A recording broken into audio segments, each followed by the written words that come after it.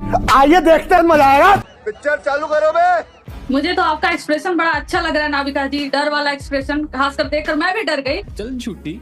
लेकिन नाविका जी डरिए एक बात मत, बताइए, आपको चुनाव लड़ना है, मुझे नहीं। आपका एक्सप्रेशन देखकर एकदम डर वाला एक्सप्रेशन देखकर थोड़ा सा मुझे भी डर लग गया आपका एक्सप्रेशन देखकर। तेरा तो गेम बजाना पड़ेगा।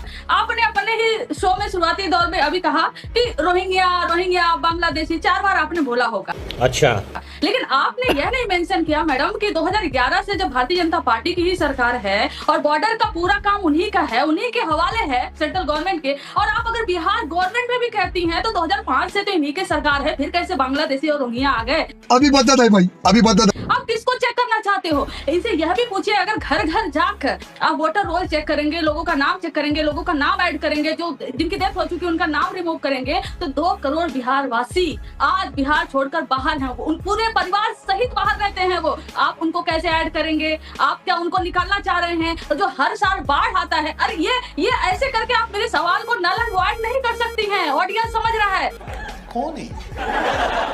ऑडियंस मुझे भी सुन रहा है और आपका एक्सप्रेशन भी देख रहा है। भाग जा यहाँ से। मैडम, हर साल जो बाढ़ आता है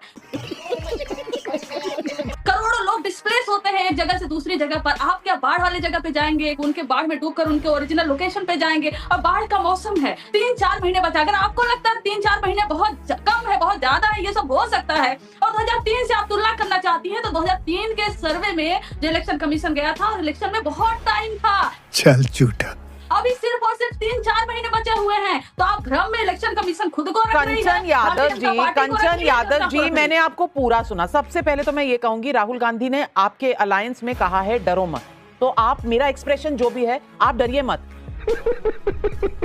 क्योंकि आपको डरना ही नहीं चाहिए। आप कम से कम राहुल गांधी की बात मान लीजिए।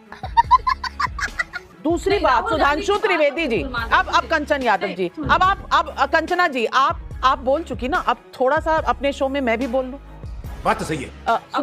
सुधांशु त्रिवेदी जी अब ये कह रही हैं कि लोग जो छोड़कर अपना घर बाहर निकले हैं, जो स्वर्गवास हो गए, उनका नाम काटेंगे। ये चाहती हैं कि जो स्वर्गवास हुए उनका नाम ना कटे, वो रहे इलेक्टोरल रोल में। ये चाहती हैं कि जो परिवार पूरे के पूरे कहीं और चले गए हैं, वो बिहार में भी अपना वोट रखें, जहां नई जगह चले गए हैं वहां भी अपना वोट रखें।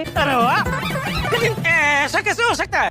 ये चाहती क्या है मेरी समझ में नहीं आया। अगर आपकी समझ में आया है तो इनके सवालों के जवाब जरूर दे हम दीजिए। क्या चाहते हैं वो क्या जवाब देंगे? अच्छा, आप हम क्या चाहते हैं आप हमसे पूछिए। नहीं देखिए, मैं नहीं, आप तो कह चुकी, आपने तो लंबा लेक्चर दिया, आपने लंबा लेक्चर दिया, और मेरे साथ जितने दर्शक देख रहे हैं, मुझे अगर समझ नहीं आया तो मैं उनकी तरफ से पब्लिक के सवाल उठा रही हूँ। अब आप इत्मीनान से बैठिए।